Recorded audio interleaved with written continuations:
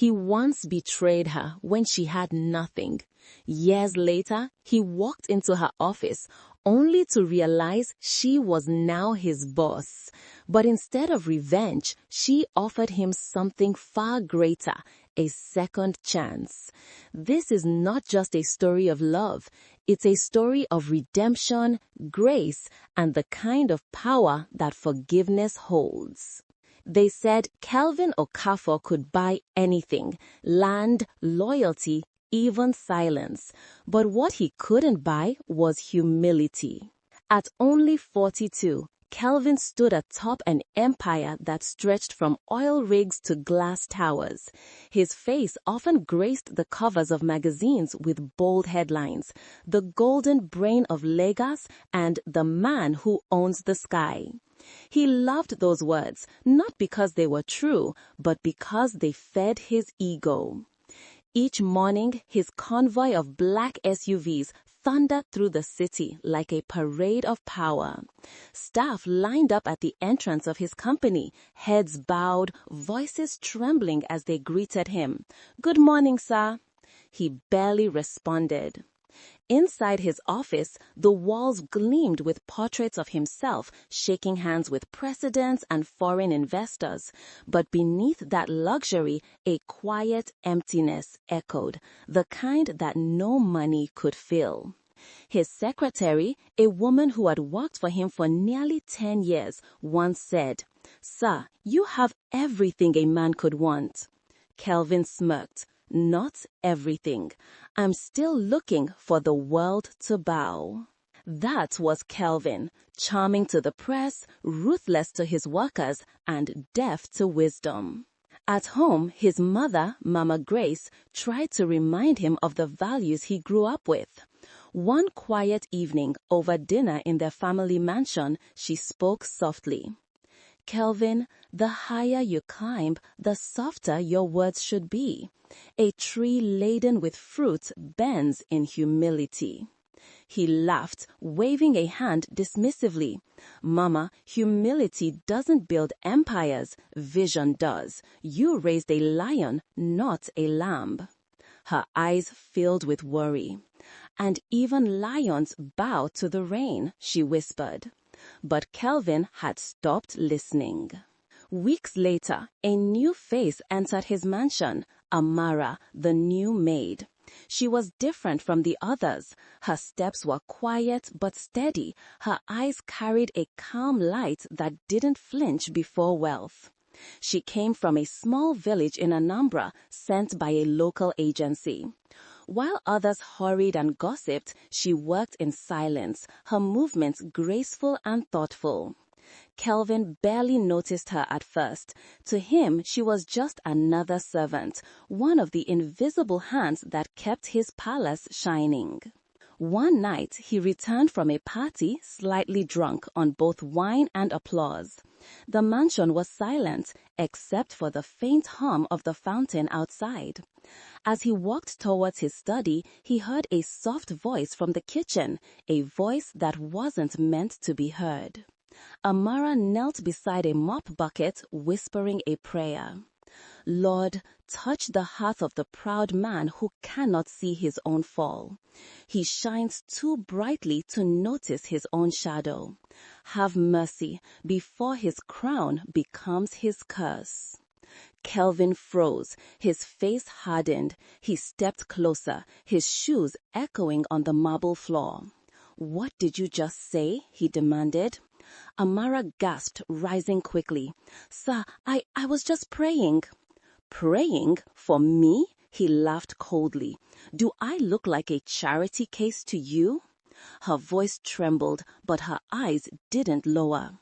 "No, sir. I felt led to pray for peace in this house." He smirked. "Peace? This house runs on power and discipline. Keep your prayers to yourself." Then, turning sharply, he walked away.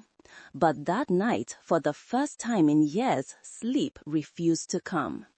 Amara's words echoed in his mind. "He shines too brightly to notice his own shadow." The next morning, he called his assistant. "Fire that new maid," he ordered. "I don't need prophets in my house." But when the assistant went to carry out the order, Amara was already outside cleaning the front steps, humming a soft hymn. The assistant hesitated. "Sir, she's hard-working, the quiet type." Kelvin rolled his eyes. "Fine, let her stay, but she should know her place." He returned to his office, shrugging off the strange feeling clawing at his chest. Yet, deep within, something in his spirit had been disturbed, a seed of warning buried beneath pride. As the sun dipped that evening, Mama Grace sat by her window, clutching her rosary. "Father, humble my son before the storm does." And far away, in the grand mansion glowing with chandeliers, Kelvin stood at his window, staring at his reflection. For a brief moment, his shadow looked larger than him. He blinked, and it was gone. The following week, a strange quiet settled over Kelvin's mansion. It wasn't the usual silence of luxury. It was heavier, like the air before a storm. Kelvin sat in his study, surrounded by trophies of his success, gold awards, framed photos with powerful men, and a massive painting of himself above the fireplace.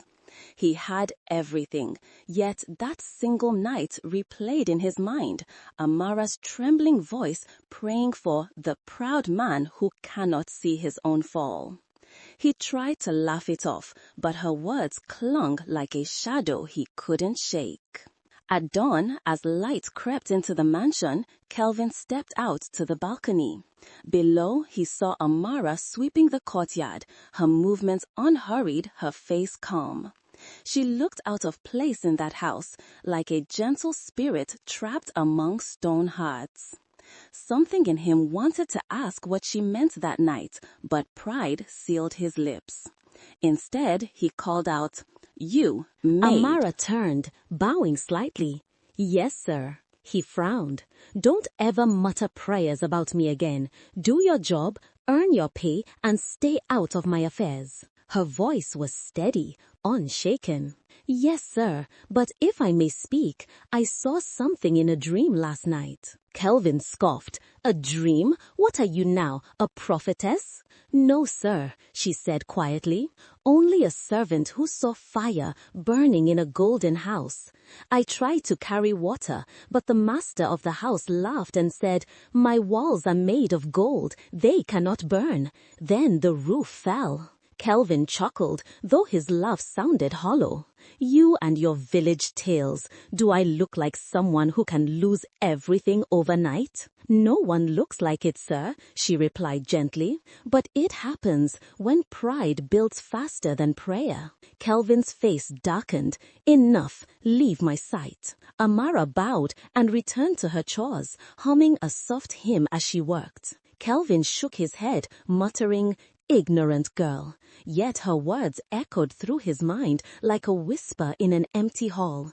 When pride builds faster than prayer. Later that day, at his company's headquarters, signs of unrest began to show. His financial director rushed in, pale-faced. "Sir, we have a problem. One of our major investors is pulling out. They claim we falsified project records." Kelvin smirked. "Let them pull out. Others will crawl in. I built this empire. One man's exit means nothing." But it wasn't one man. By evening, 2 more investors withdrew. By nightfall, a government agency announced an investigation into his company's offshore accounts. Kelvin slammed his fist on the desk. "This is nonsense. They wouldn't dare." Yet deep down, something shifted. The dream Amara described, the burning golden house, began to replay in his thoughts. At home, he found her in the hallway, polishing the glass railings. He stopped. Did you know something about this before it happened?" Amara looked up calmly. "I only know what I was shown, sir." "Then tell me," he demanded. "How do I stop this?" She hesitated, choosing her words carefully. "Kindness, sir. Mercy. If you humble yourself before God and those you've wronged, the fire may not consume everything." Kelvin's pride fled like a wound. You think I built this empire by kneeling? You think pity makes a man successful? No, Amara said softly, but it keeps him standing when the storm comes. He glared at her, breathing hard. Get out. Leave my house tomorrow morning. I don't need your pity or your prayers. She bowed deeply. As you wish, sir. That night, thunder rolled across the Lagos sky. Kelvin couldn't sleep. He poured himself a drink, staring into the amber glass, seeing not his reflection, but Amara's calm eyes. Suddenly, his phone rang. Sir, his manager's voice shook. The bank has frozen our accounts. Investors are demanding refunds. The media is reporting fraud allegations. The glass fell from Kelvin's hand, shattering on the marble floor. Within hours, chaos engulfed his empire. Contracts vanished, clients fled. His name, once golden, turned to dust on every headline. By sunrise, Kelvin Okafor was no longer the man who owned the sky. He was just a man watching his world collapse, piece by piece, deal by deal, pride by pride. The next morning, Amara was gone. On the kitchen counter, beside her folded apron, she left a small handwritten note. Even ashes can rise again when touched by grace. Kelvin stood there for a long time, the note trembling in his hand. For the first time in years, tears touched his eyes. He looked around his empty mansion, whispering the words that once mocked him. When pride builds faster than prayer. And somewhere far away, Amara walked down a quiet road, her simple bag on her shoulder, her heart heavy yet peaceful. The storm had begun, but she knew it was not the end. Time passed, silently, like the wind that erases footprints on sand. For Kelvin Okafor, the name that once echoed in boardrooms was now a ghost in the streets of Lagos. He had sold his cars, moved out of the mansion, and lived quietly in a modest apartment near Yaba. The once feared billionaire now woke before dawn, not to chase deals, but to pray. He spent his mornings volunteering at a small orphanage, fixing broken chairs, teaching children how to dream again. He no longer wore suits of power, just plain shirts, worn but clean. And for the first time, he felt alive. Yet deep in his heart, a question remained. Would Grace ever find me again? One Monday morning, while reading a newspaper, a headline caught his eye. Grace Foundation Holdings, the new face of African investment. He stared at the name, Grace Foundation. Something about it tugged at his spirit. The article spoke of a young female CEO known for her humility, wisdom, and unusual leadership style. She treats her workers like family, the paper said. Her company had become the fastest growing in the country. Kelvin smiled faintly. Grace Foundation, he murmured. What an interesting name. He decided to apply for a managerial role there, not for wealth, but purpose.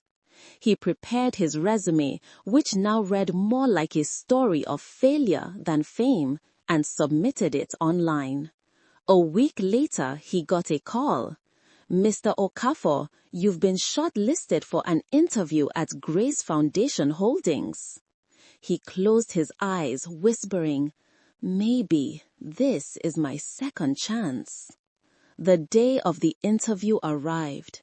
Kelvin walked into the tall glass building, its design both elegant and simple, a mirror of balance between power and peace. He noticed something different. The staff greeted one another with smiles, not fear. Laughter flowed through the hallways like music. He whispered to himself, "This place has light." Inside the boardroom, 5 executives sat around a long table. Kelvin was calm, confident in humility, ready to face whatever came. They asked questions about leadership, loss, and lessons. He answered honestly, without pretending. I once built empires, he said softly, but I lost them because I thought wealth was proof of wisdom. Now I know better. True wealth is peace, and true success is people. The panel nodded approvingly. One of them smiled. Our CEO will want to meet you personally before any decision is made. Moments later, the door opened. Kelvin turned and froze. Walking in gracefully, dressed in a white suit that radiated calm confidence, was Amara. The same maid whose warnings he had once mocked.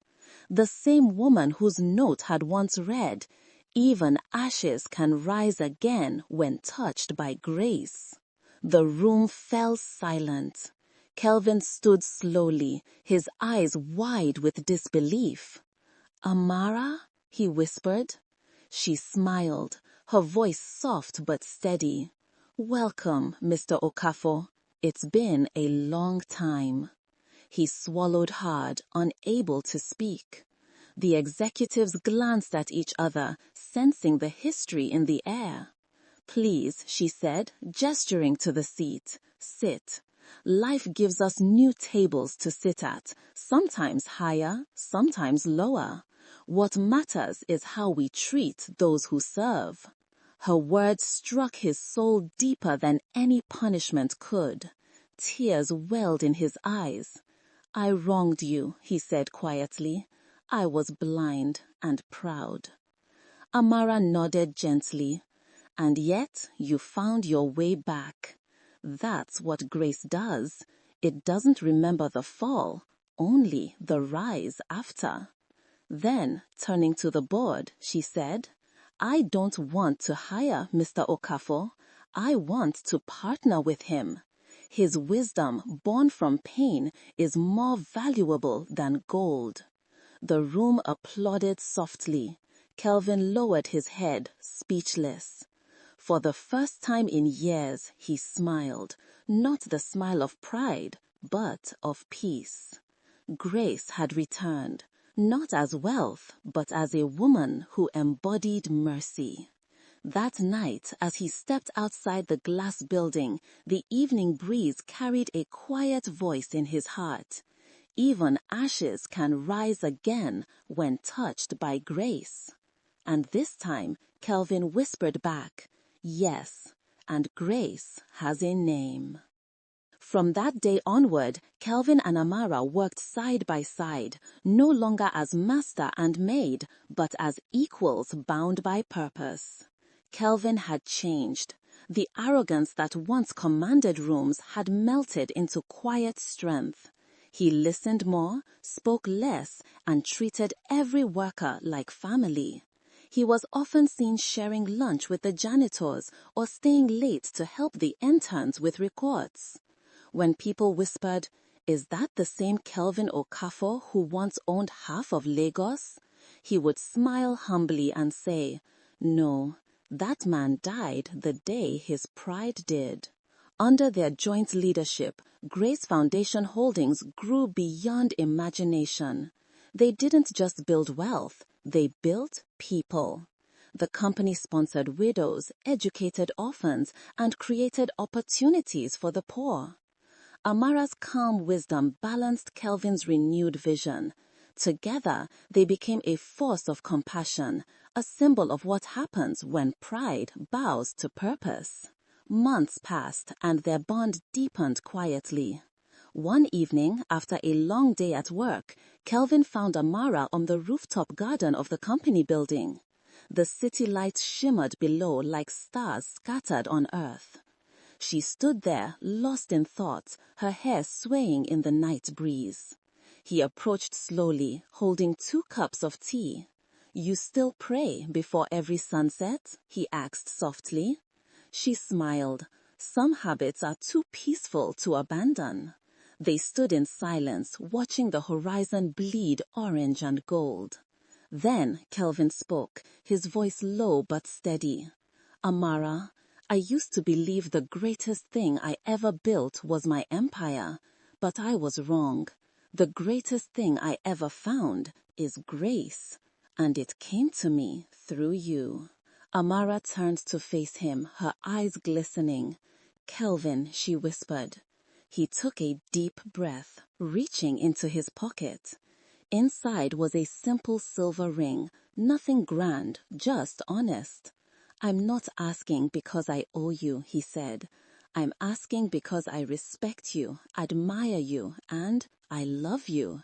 Will you walk this journey with me, not as my maid, not as my savior, but as my wife?" Tears welled in her eyes, and for a moment words failed her. Then she smiled, that same calm smile that once prayed for the proud man who could not see his fall. "Yes," she whispered, "because grace always chooses love." Their wedding was small, held in the orphanage they both supported. No luxury cars, no golden halls, just children singing, candles glowing, and hearts full of joy. As they exchanged vows, the air seemed to hum with divine peace. Amara wore a simple white dress, and Kelvin a plain black suit. Yet together they shone brighter than kings and queens.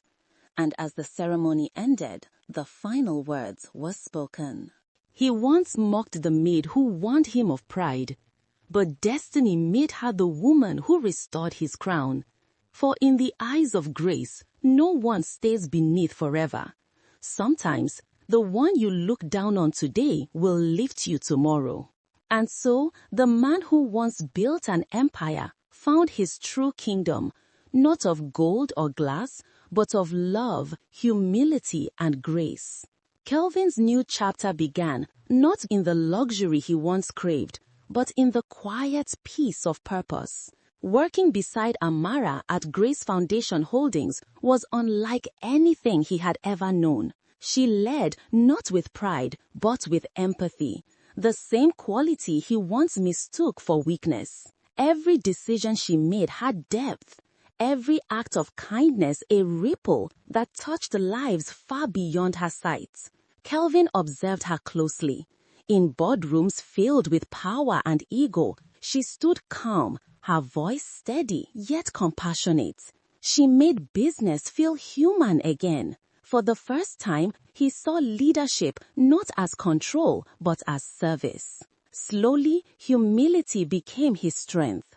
He arrived early, listened more than he spoke, and treated every staff member with the same respect he once reserved only for those above him. One evening, after a long charity event, they found themselves alone in the garden behind the company's headquarters, the same garden she once dreamed of building for orphaned children. Lanterns glowed softly around them as laughter from the children faded into the distance. Kelvin broke the silence, his tone trembling but sincere. "Amara, I've spent years trying to make peace with the man I used to be," he said. "But standing here, seeing what you've built, it's like you showed me who I could have been all along."